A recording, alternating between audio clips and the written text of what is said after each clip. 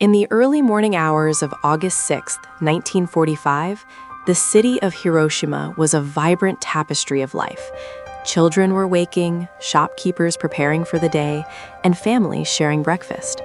It was a city bathed in the golden glow of a new day, oblivious to the terrifying dawn that was about to break.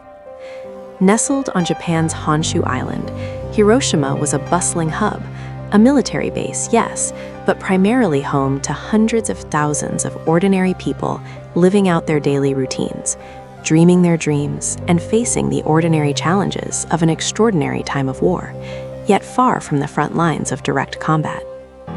The air was filled with the usual sounds of urban awakening, a symphony of normalcy before silence descended. Miles above, an American B-29 bomber, the Enola Gay, was on its final approach. Inside its bomb bay, a single, unprecedented weapon, Little Boy. The crew, though aware of the bomb's immense power, could hardly comprehend the scale of devastation it was about to unleash. Their mission was clear, but the implications for humanity were unfathomable. As they crossed the final checkpoint, the fate of a city, and indeed the world, hung precariously in the balance. The precision of their flight path was chilling, a stark contrast to the human chaos it would soon create below. This was not just a mission, it was the eve of a new, terrifying chapter in human history, meticulously planned, and now, moments from execution. At 8:15 a.m., the world changed. A blinding flash, brighter than 1,000 suns, engulfed Hiroshima. It was a light no human eye was prepared for, followed by an immediate, terrifying silence. Then, a crushing wave of pressure and heat. Buildings vaporized, structures imploded, and the very air seemed to ignite. The mushroom cloud, a monstrous, churning column of smoke and debris, climbed thousands of feet into the sky, a grotesque monument to human destructive capability. In a fraction of a second, an entire city, once teeming with life, was reduced to rubble and ash. The sound of the explosion echoed across the landscape, but within Ground Zero, there was only the sound of absence. What followed was an inferno.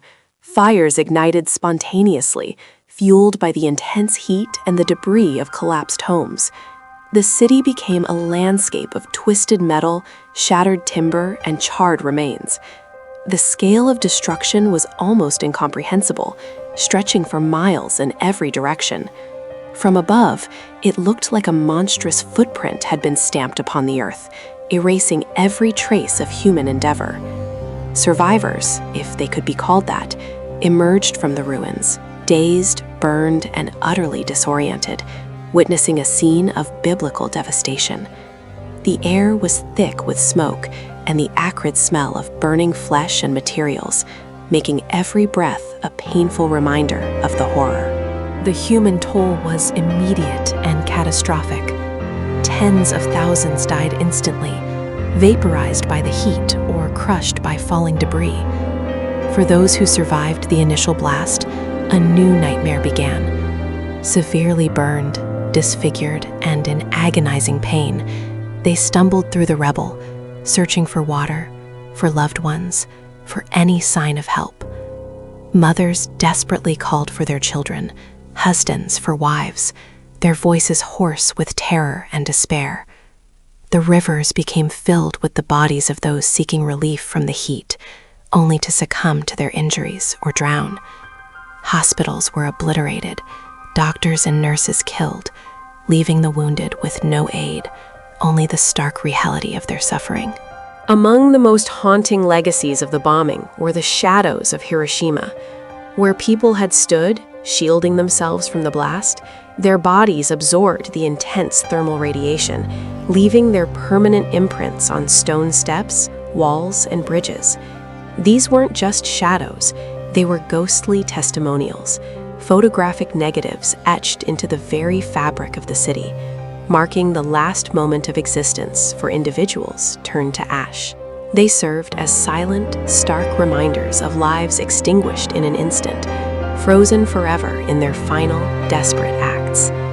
Each shadow told a story of a person, an ordinary moment interrupted by the extraordinary horror, a testament to the unimaginable power of the weapon. But the horror did not end with the initial blast. An invisible killer, radiation, began its insidious work. Days and weeks later, survivors who had appeared unharmed began to fall ill.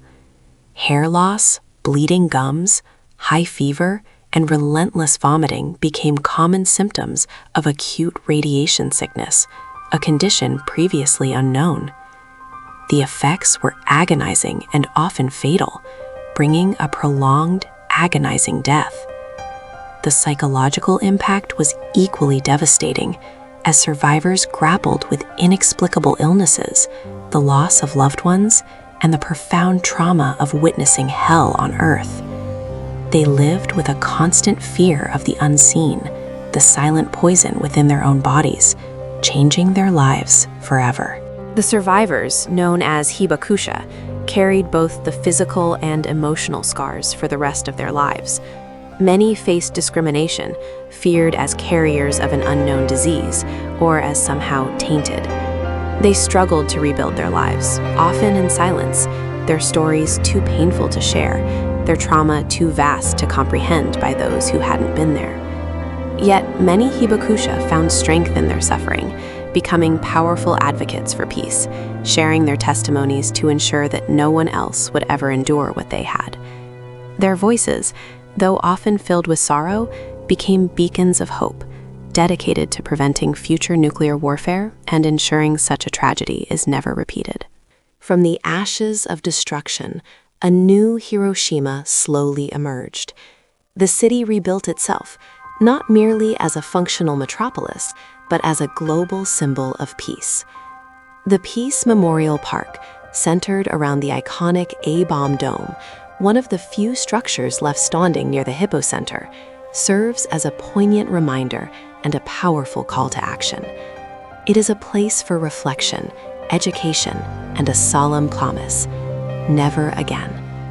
The cranes of hope, folded by millions worldwide, fill its halls, embodying the dreams of children for a world free from nuclear weapons. Hiroshima became a testament to human resilience, transforming its tragedy into a universal plea for understanding and disarmament. The bombing of Hiroshima, followed by Nagasaki 3 days later, ushered in the terrifying nuclear age. It fundamentally altered international relations, sparking a Cold War arms race that threatened global annihilation for decades. The specter of nuclear conflict loomed large, shaping political decisions, military strategies, and public consciousness. Humanity now possessed the power to destroy itself, a realization that forever changed our understanding of war, peace, and survival. This new era brought with it a profound ethical dilemma, forcing nations to grapple with the responsibility of such destructive power, creating a constant tension between deterrence and the terrifying potential for self-destruction. The legacy of August 6, 1945, continues to resonate today. It serves as a stark warning, a reminder of the fragility of peace and the devastating consequences of unchecked power. Every year at 8:15 a.m., the bells of Hiroshima toll, a moment of silent prayer and reflection for those who perished, and a renewed commitment to a nuclear-free world. Memorials and museums around the globe ensure that the lessons of Hiroshima are never forgotten, echoing the voices of the hibakusha. This historical event compels us to confront the moral implications of warfare and to tirelessly pursue diplomatic solutions over destructive force.